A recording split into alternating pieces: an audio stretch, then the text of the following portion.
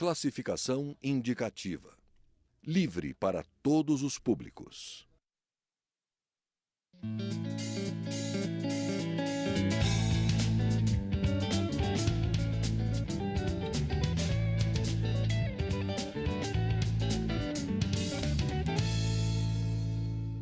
Olá! O desastre ambiental em Minas, com o rompimento de 2 barragens de rejeitos de mineração, traz à tona o debate sobre as regras do setor. A Câmara analisa um novo Código de Mineração para substituir o atual, publicado ainda na década de 60, durante o regime militar. O deputado Jaime Martins, do PSD de Minas Gerais, acompanha de perto o debate do tema. Deputado, bem-vindo à Palavra Aberta. Muito obrigado, Daniela. Deputado, esse desastre ambiental traz essa discussão de isso poderia ter sido menor se as leis estivessem atualizadas? Não, isso deveria não ter ocorrido, né? A rigor, não poderia ter ocorrido. O DNPM tem os instrumentos necessários, né, do ponto de vista legal, para exercer a fiscalização, para exercer a autorização de lavra, portanto, os seus técnicos têm a obrigação de proceder a essa fiscalização. Empresas do porte da Vale do Rio Doce, do porte da BHP, que são grandes mineradoras, que têm um volume de faturamento enorme, que dominam o mercado mundial na produção, sobretudo do minério de ferro, são empresas que têm uma governança gerencial e administrativa de altíssimo nível, não poderia conceber um desastre dessas dimensões. Afetou de maneira dramática a vida daqueles que estavam abaixo da bacia de rejeitos, né? Matando, danificando por algumas décadas, quiçá por alguns séculos a vida daqueles que estavam ali. Acho que jamais voltarão a desejar morar naquele lugar, ou seja, vão ter que se transferir para outro lugar, mas muito mais. Rio abaixo, os danos ambientais estão chegando já ao oceano, então são danos muito fortes, prejudicando o abastecimento de água de cidades grandes como Governador Valadares, como Linhares no Espírito Santo e outras cidades, e vai chegar ao oceano, trazendo inclusive possivelmente danos às próprias praias do Espírito Santo. Então, um desastre lamentável, um erro fatal e impressionante de uma empresa do porte da Samarco, que tem tecnologia, tem capital, tem recursos, tem equipe técnica para fazer esse trabalho de contenção, e também o erro imperdoável do governo que se refere à fiscalização. O governo é sempre muito ávido em arrecadar, em aumentar tributos. Para isso o governo é ágil e exerce com eficiência esse trabalho. Entretanto, quando se trata de fiscalizar, sobretudo de fiscalizar as grandes empresas, o governo tem se mostrado leniente. E nesse ponto, infelizmente, o DNPM deixou de cumprir a sua obrigação. Deputado, agora a Câmara está discutindo já há bastante tempo esse Código de Mineração. O que precisa para isso ir adiante e a gente ter um novo marco regulatório? Eu mesmo publiquei um trabalho já em 2011, portanto, que já estamos para completar 5 anos da publicação desse trabalho. Exatamente o novo marco mineral para o setor da mineração. Essa discussão já vem de algum tempo, já se formou-se aqui na casa inúmeras comissões especiais para se fazer essa votação. É claro que isso é um assunto que interessa de perto as empresas mineradoras, elas sempre se mobilizam, vêm para dentro da casa, né, tentando colocar o seu ponto de vista, e o governo tem se posicionado de forma contrária. Então, o governo quer mais presença do Estado no processo de autorização. E, naturalmente, acho que o Congresso e as empresas querem um código de mineração mais moderno, inclusive não alterando muito até o que existe hoje, mantendo o chamado direito de prioridade, que dá o pedido de concessão àquele que chega primeiro, né, para a pesquisa, e esse tem o direito prioritário na exploração e na lavra.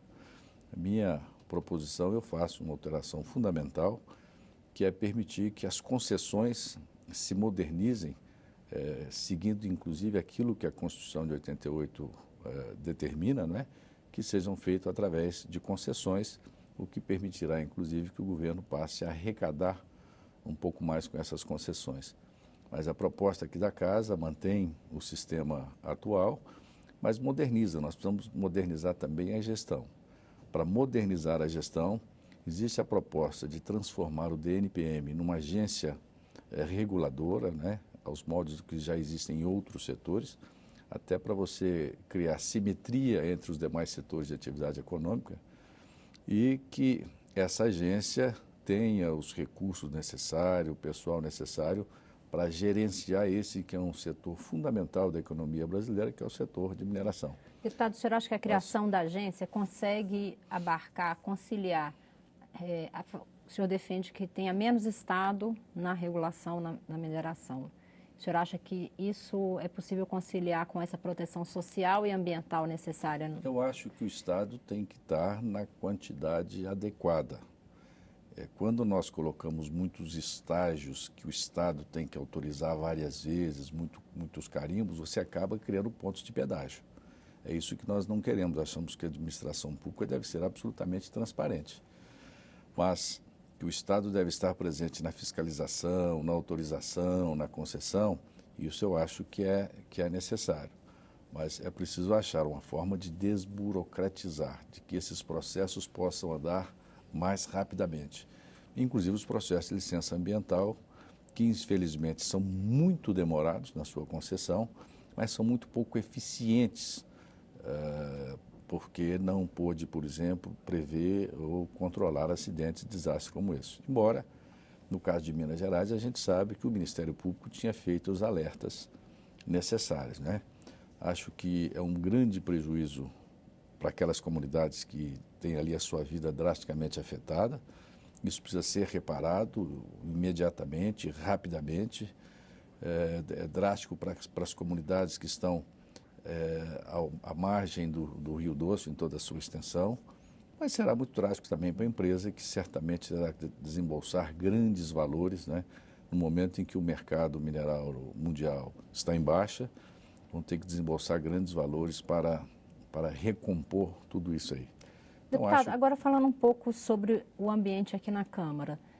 A gente está no meio de uma crise política. O senhor acha que há clima para votar um texto importante dessa magnitude num momento desse? Nos próximos meses, o senhor acha que haverá possibilidade de se votar? Nós tivemos nos últimos dias aí votações importantes no Congresso Nacional.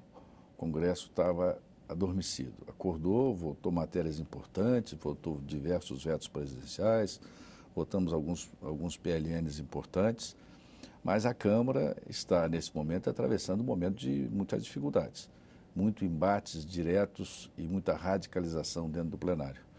Toda essa situação que envolve, inclusive, o presidente da Casa, causa esse constrangimento no plenário e eu estou vendo que está se tensionando muito, esticando-se demasiadamente a corda, né?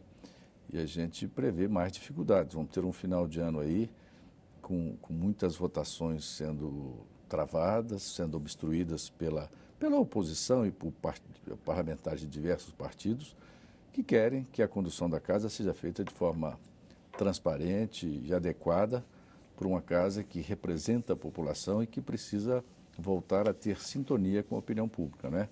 Hoje a classe política, de um modo geral, isso vale para o Executivo, isso vale para o Judiciário e vale para a Câmara, está absolutamente distante da vontade da população.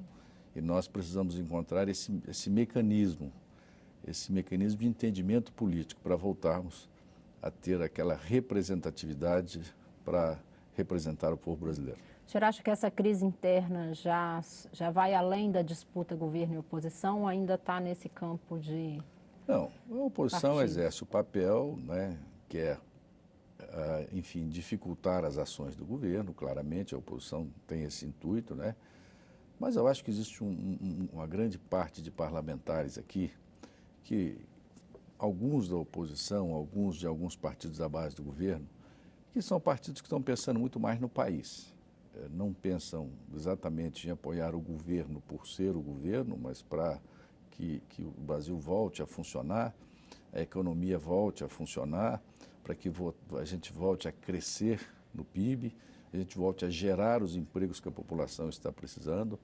volte a ter condições de fazer com que a máquina possa arrecadar os impostos necessários, mas eu acho que a grande maioria não deseja aumento de impostos, não deseja CPMF, não deseja aumento da CID, porque um país que tem uma economia tão onerada, com impostos, com tributos, tem tantas dificuldades em relação a juros e a crédito, né? Um crédito extremamente caro, extremamente escasso para a maioria do setor produtivo, a não ser aqueles privilegiados, mais amigos do BNDES, que tem taxas muito especiais na sua concessão. A grande maioria da economia tem taxas absurdas, né? E ainda temos uma deficiência muito grande na prestação de serviço, sobretudo aquilo que se refere ao serviço público, né? Uma infraestrutura inadequada, um custo Brasil elevadíssimo para as empresas competirem com as empresas internacionais. Então, no momento de crise, no momento em que o mercado tem uma queda acentuada, o que é que o governo oferece? O governo oferece mais impostos, mais burocracia e mais dificuldade para o setor produtivo. Isso vai repercutir na geração de empregos, né? Que vai repercutir em mais demandas para o Estado. Um modelo bem diferente, por exemplo, do que foi adotado nos Estados Unidos para enfrentar a crise. Lá, quando veio a crise, a medida do governo foi reduzir as taxas de juros, melhorar a concessão de créditos para o setor produtivo, para que voltasse a funcionar e voltasse a gerar os empregos, e assim a economia americana está saindo desse momento de dificuldades, enquanto a nossa, no caminho inverso, vai buscando o caminho do abismo. Espero que os efeitos colaterais da crise, que o primeiro efeito colateral foi a disparada do câmbio, a disparada do câmbio traz em si uma coisa boa, que é a retomada do setor exportador. Nós passamos a ficar mais competitivos como efeito colateral da crise, mas não é uma forma sadia de fazer a economia voltar a crescer.